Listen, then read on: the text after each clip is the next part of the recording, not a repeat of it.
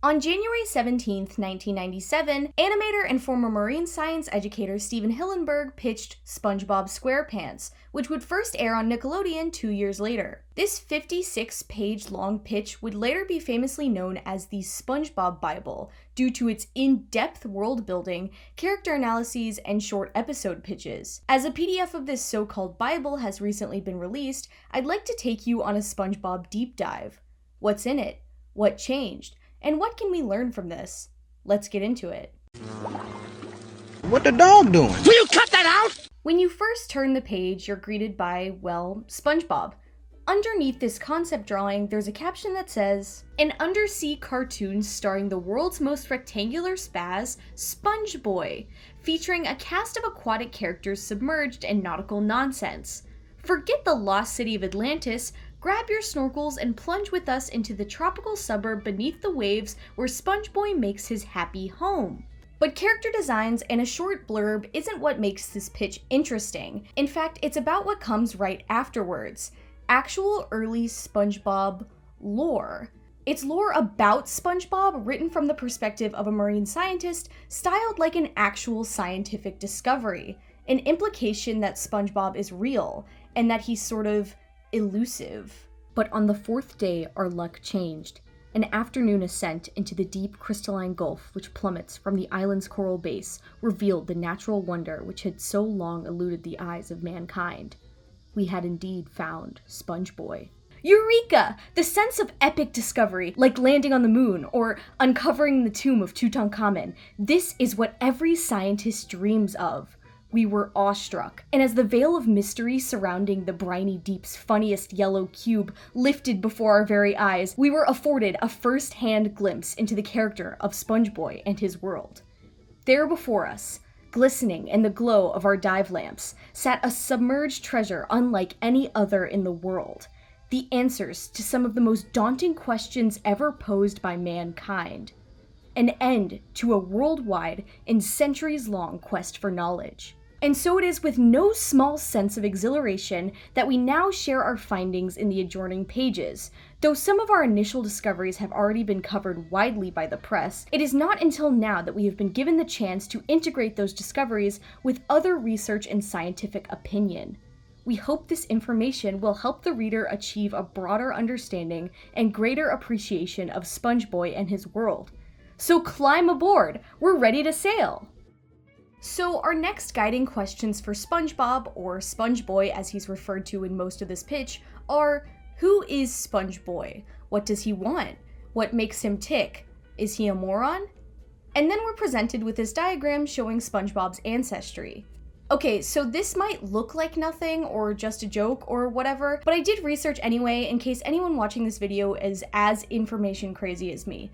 But you can skip to this part if you don't want an amateur marine science lesson. But basically, SpongeBob's lineage started from what is theorized to essentially be all sponges' beginning, which is the Archaeocyathid, which is a sessile reef-building organism that lived during the Timocian Age, which was at the end of the Cambrian period around 525 million years ago. Its name means ancient cup, and that's pretty much what it was. So then we got the horny sponge, which is a member of the Dictyoceratida order, and it has a skeleton which makes it pokey and weirdly shaped. Commercial bass sponges are also part of this order, which I think is a funny detail because SpongeBob gets compared to one pretty frequently. It's said to have existed since Cambrian Stage 3, roughly 500 million years ago. Next in line is the calcareous sponge, which also existed since Cambrian Stage 2. And I know what you're thinking, but the horny sponge was Stage 3. How can the calcareous sponge come after that? But listen, it doesn't. This isn't really an evolution timeline, it's more of like SpongeBob and his boys. Like, okay, so humans didn't just evolve from monkeys. There are different versions of things we would consider human or at least mid-evolutionary. It's less of a straight line from monkey to man, and more so like a bunch of different lines of a bunch of different man-monkeys.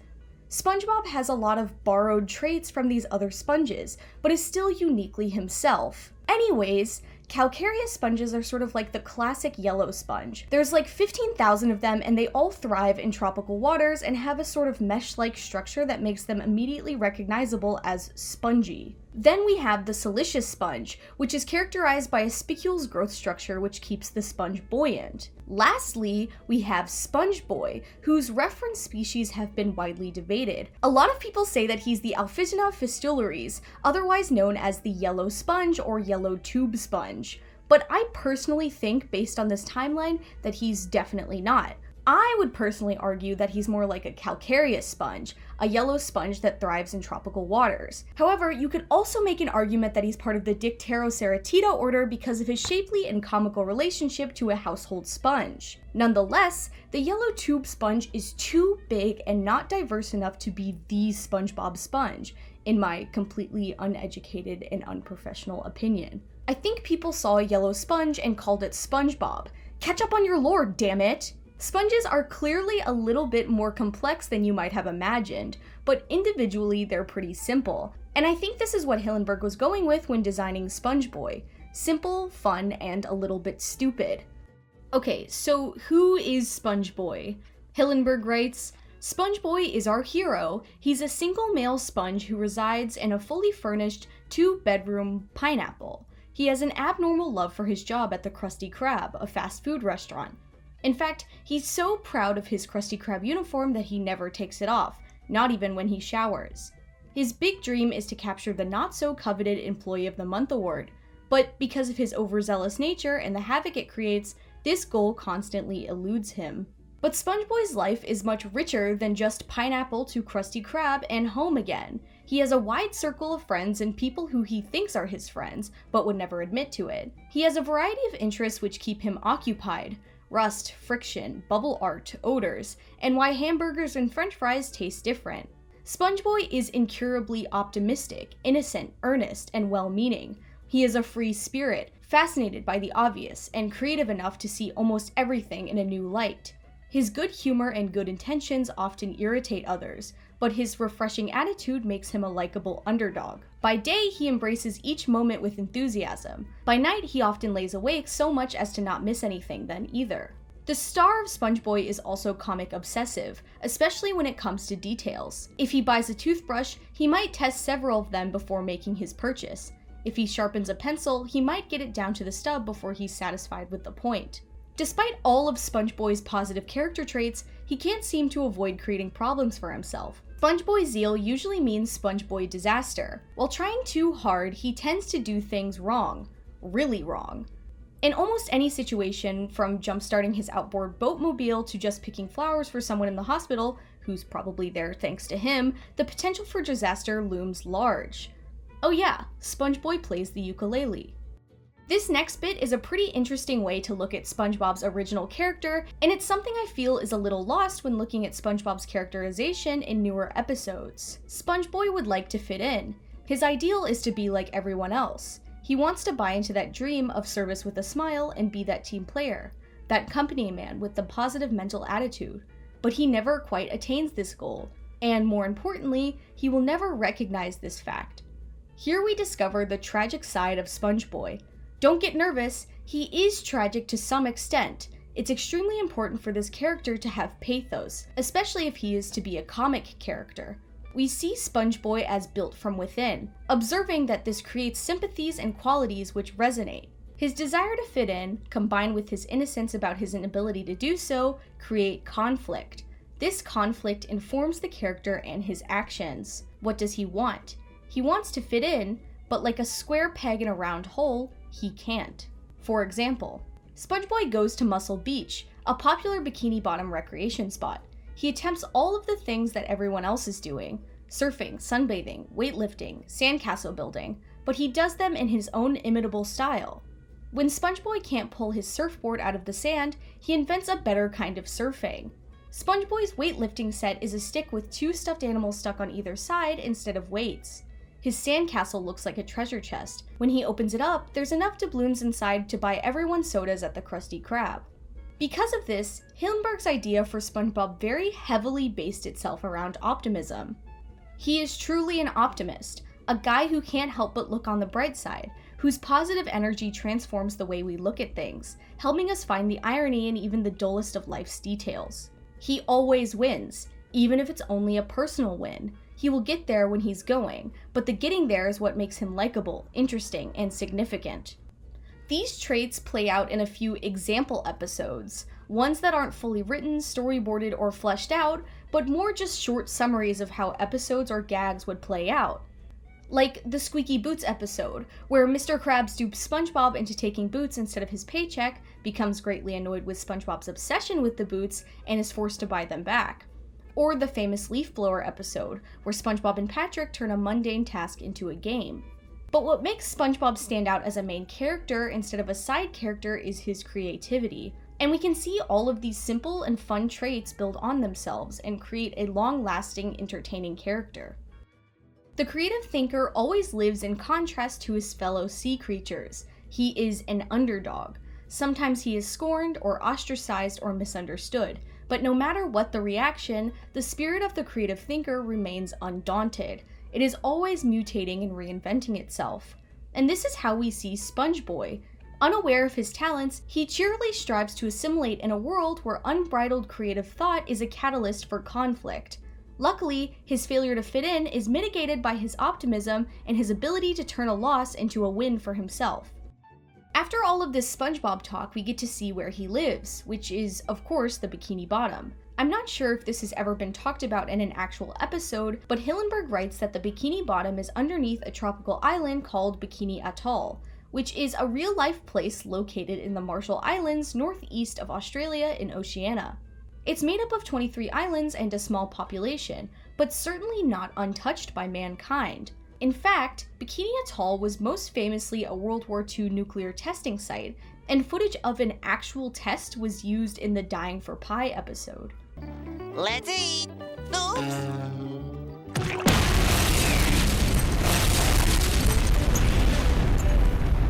It has a long, rich, and eventful culture and history that is pretty much irrelevant to this video, but I do encourage you to check it out.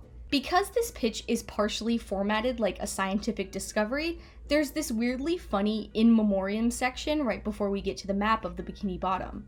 The legacy of failure left behind by other Spongeboy research expeditions is notorious. None of these disasters is as pronounced as Bucky Levitt's 1947 dive, when a new but untested technology was used, the deep sea diving suit pictured right. The suit ultimately imploded from the enormous pressure, squashing like a tin can without warning. He died making the only known map of Bikini Bottom. It is to Bucky and to his pioneer spirit that we dedicate this research. Then we're pretty much presented with a bunch of concept images from this fictional research. A map of Bikini Bottom, SpongeBob's house, SpongeBob's neighborhood, the people of Bikini Bottom, what they look like, what they do, what they have. It's all very fun and detailed and exploratory. We also have the Krusty Krab, which you can see was originally spelled with a C instead of a K. And as you can see in this caption, Krabby Patties were originally called Barnacle Burgers. Let's take a look at the characters incorporated into this world. So first we have Squidward, the somewhat antagonistic force of the series, the one we all grow up to be. Embittered waiter at the Krusty Krab, would rather be playing the oboe with the Bikini Bottom Philharmonic. What's stopping him? He's just awful. Nevertheless, he's a whiny, aloof, stick-in-the-mud octopus who thinks he's too good for this greasy trident. Squidward is the kind of guy who subscribes to Martha Stewart living, conducts with his favorite Beethoven recordings, and has his tentacles manicured every Thursday. Squidward lives his life annoyed. The Krusty Krab annoys him, the customers annoy him, the boss annoys him, the vinyl seats annoy him, but most of all, Spongeboy annoys him. If it weren't for the fact that Spongeboy is the only one who appreciates his oboe playing, Squidward would have nothing to do with him. Spongeboy, on the other hand, thinks he and Squidward are the lunch shift dream team, the stuff deep-fried legends are made of. Squidward and Spongeboy are often thrown together in situations: company camping trips, wayward pizza deliveries, oboe ukulele jam sessions, where invariably Spongeboy drives the snooty octopus crazy. A couple of things to point out from this character description. Squidward's talent for oboe would later obviously be changed to clarinet, and that last bit, camping trips, pizza deliveries, jam sessions, those are all premises to later scenes and episodes. Up next, there's Patrick, Spongeboy's best friend, part sloth and part dude, spends a lot of time clinging to the bottom of his rented rock. Hobbies include sleeping and lying dormant. He doesn't work and makes us wonder how he even feeds himself. Patrick's big ambition in life is, I forget. The starfish also forgets to stay out of the sun sometimes and ends up dehydrated, prostrate, rigid, like a gift shop curio. He totally idolizes Spongeboy and hangs on to his every word. When Spongeboy recounts how he got to clean the grease traps at the Krusty Krab, Patrick is in awe. The two of them can get into a lot of trouble together. Patrick acts as a gas to Spongeboy's fire, increasing the potential for catastrophe for everyone around them, including Patrick. But whatever happens, Patrick always remains a loyal friend. Nothing has really changed here. I like how he's described as the gas to SpongeBob's fire. I think a more hip equivalent to that is saying that they share the same brain cell. Next is Sandy. Sandy is a thrill-seeking action girl. She is constantly attempting some death-defying stunt, and having done just about everything imaginable above the ocean, she decided to attempt the ultimate challenge: live underneath it. She is Bikini Bottom's only resident rodent and the apple of Spongeboy's eye. She's the only one who can provide a good reason for him not to go into the Krusty Krab on his day off. Sandy looks at him as some sort of stunt buddy, and usually calls the shots when they go out. Spongeboy finds himself agreeing to the most ridiculous and impossible physical challenges just to be next to her. Their dates are not the usual dinner and a movie fare. Standard attire include a crash helmet and a parachute, and they often almost end not with a kiss, but with both of them in traction. This one is kind of funny because it sort of implies a romantic relationship here, but also not really. It's clear in early episodes that SpongeBob admired her, but never in a romantic way. Nickelodeon has toyed with the idea before. Sandy is more or less the same though, minus the large emphasis on the surfer motif. I think the episode that reflects this first concept the best is pre-hibernation week from season 2, where they run around Bikini Bottom doing extreme sports and SpongeBob is trying to help her while also trying to keep up. It's a good episode, yeah. Then next we have Mr. Krabs and Pearl. Mr. Krabs' description reads, Spongeboy's boss and greedy owner of the Krusty Krab. Bent on making money, hates spending it, can usually be found in the restroom counting the day's cash. Dreams of a large Krusty Krab franchise extending beyond the Bikini Bottom city limits. Mr. Krabs sees Spongeboy as the raw materials for the perfect employee. Loyal, dedicated, a lifer, if only he can get him to do things right. What he doesn't see is his pursuit is futile. Spongeboy's spirit cannot be ruled. Krabs is a single parent, and the only thing he loves more than money is his daughter Pearl. Pearl's description reads, yes, this is the lovely daughter of Mr. Krabs, literally the largest teenager on the planet. Possessing the biggest brain in Bikini Bottom, she is probably the most intelligent citizen, yet she is still immature and her interests are the same as those of a teenage girl. Cheerleading, the mall, boys, boys, boys, and the rebellious music of her generation. She's gifted in math, so naturally her father tries to interest her in the exciting life of restaurant bookkeeping. Pearl is more interested in fads than counting french fries. So Mr. Krabs obviously didn't change much. He debatably gets greedier in later episodes, but in terms of Hillenburg-era episodes, he's basically the same as he was in the pitch. What I find the most surprising is the fact that Pearl is, like, smart? I'm not saying that she isn't smart in early episodes. I think one big example of this is when she runs the Krusty Krab for a day, but it's not really an immediately obvious fact about her. I don't hate it. Actually, I think it's kind of cute. She's like a girl boss. Okay, next we have the actual antagonist of the series, Plankton. Owner of Plankton's Chum Bucket and chief rival of Mr. Krabs, Plankton is a textbook case of the Napoleon complex, which is not unusual because he is the size of a bug compared to the Bikini Bottom residents. He talks like Gregory Peck and with perfect dictation, and is frequently stepped on by the occasional shoe. No one ever goes to his restaurant. A schemer and a plotting little speck, Plankton relentlessly tries to put Krabs out of business and steal his recipes. But he loves to eat at the Krusty Krab for lunch. He mistakenly perceives Spongeboy as a major ingredient in Mr. Krabs' formula for success, and is forever trying to lure the loyal employee away from his crusty duties. Plankton is a jerk. So yeah, nothing really changed here, except for this. Lastly, there's Mermaid Man and Barnacle Boy, known in this pitch as Mermaid Man and Barnacle Bill. Barnacle Bill is the saltiest sailor ever to have manned a windlass. so salty that he breathes seawater with no discomfort. With the exception of his head, Bill's body is entirely made of wood, due to some unfortunate maritime mishap, the nature of which becomes more fantastic with every telling. Whenever he's in a fix, Bill whips out a box of bran and chokes it down. He smokes a bubble pipe and has a woodpecker named Corky perched on his shoulder. Mermaid Man is a retired superhero of the deep, still living like the 1950s icon he was designed to be. Well-groomed, still wears his uniform with the exception of house slippers, Mermaid Man is a bit daft, probably due to the aluminum packaging in the TV dinners which make up his diet. A relic of the past, he often forgets that his glory days are over and that things have changed since he swam the deep as a feared enforcer of justice. His equipment is outdated, and the animals he formerly summoned to assist him now have jobs or better things to do. Neither Bill or Mermy have a keen grasp of reality. Despite their wildly different appearances in the actual series, nothing much changed about their role.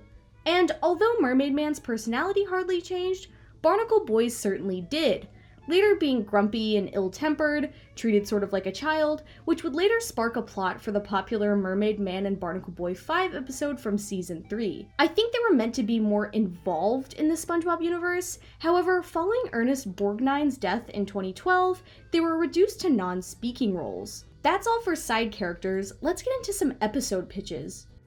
The first episode pitch we see is called Jellyfishing, which describes an episode in which Squidward gets chased by a jellyfish inadvertently due to SpongeBob and Patrick's incompetence. As he's running away, he gets hit by a boatmobile, causing him to be in a wheelchair. Shenanigans ensue. This later becomes a season 1 episode titled, well, Jellyfishing. The pitch even came with some concept art. The second pitch is one I've already talked about, Reef Blowers. The third one is called Muscle Beach, in which SpongeBob and Sandy go on a date to, well, Muscle Beach, and then Larry the Lobster falls in love with Sandy and tries to, steal her away from SpongeBob, and then SpongeBob sings a song about being in love, and impresses everyone, and defeats the Ultra Chad Larry and, gets the girl or something. This episode would later become the Muscle Bob Buff Pants episode near the end of season 1. Larry is in this one, but he's not a jerk like he is in the pitch. SpongeBob also doesn't sing a song in this episode, but from what I could gather, this episode basically got split into two, the Muscle Bob Buff Pants episode and the Ripped Pants episode from much earlier in season 1. Both episodes have the same general plot line. SpongeBob tries to do something to impress Sandy, everyone starts liking him, a mistake happens that leaves SpongeBob exposed, and the ending reveals that Sandy likes SpongeBob just the way he is. The same plotline is followed in the pitch. Okay, I'm speedrunning most of these other pitches because most of them end up being exactly the same when it's animated. The Squeaky Boots pitch became Squeaky Boots in Season 1, Episode 8. The Bubbles pitch becomes the Bubble Stand episode in Season 1, Episode 2, where SpongeBob builds a bubble stand, gets Squidward involved, Squidward has to use the technique, and Squidward's house floats away. The Employee of the Month pitch is actually pretty different, but the main points are basically the same. SpongeBob cares a lot about being Employee of the Month. Squidward doesn't. They end up having a rivalry. There's a Krabby Patty contest of some sort, no one is declared the winner, and Mr. Krabs loses in the end. There's an unnamed plot where Patrick becomes jealous of SpongeBob and Squidward's uniforms and ends up getting a job at the Chum Bucket. This episode would also become two different ones. The Big Pink Loser episode where Patrick wants an award and starts working at the Krusty Krab, which aired in Season 2, and the Season 6 episode Chum Bucket Supreme where Patrick works at the Chum Bucket. There's another unnamed plot where the Krusty Krab and the Chum Bucket have a food truck type rivalry, which would become the Season 5 episode 20,000 Patties Under the Sea. There's the Name Tag episode, the Night Shift episode, the Pizza Delivery episode, another unaired episode where SpongeBob drinks a salty soda and he's floating around while also trying to work. Okay, that's all the episode pitches. Now on to my favorite little tidbit that I skipped over to do this segment. So there's this little section of the Pitch Bible that basically talks about how SpongeBob could be marketed towards kids. And okay, just read this. We think kids appreciate an underdog, especially one who's trying to conform to a structured world, but who is so creative, so original and spontaneous that it becomes a challenge. Kids are faced with similar challenges every day, so we're betting Spongeboy will speak to them.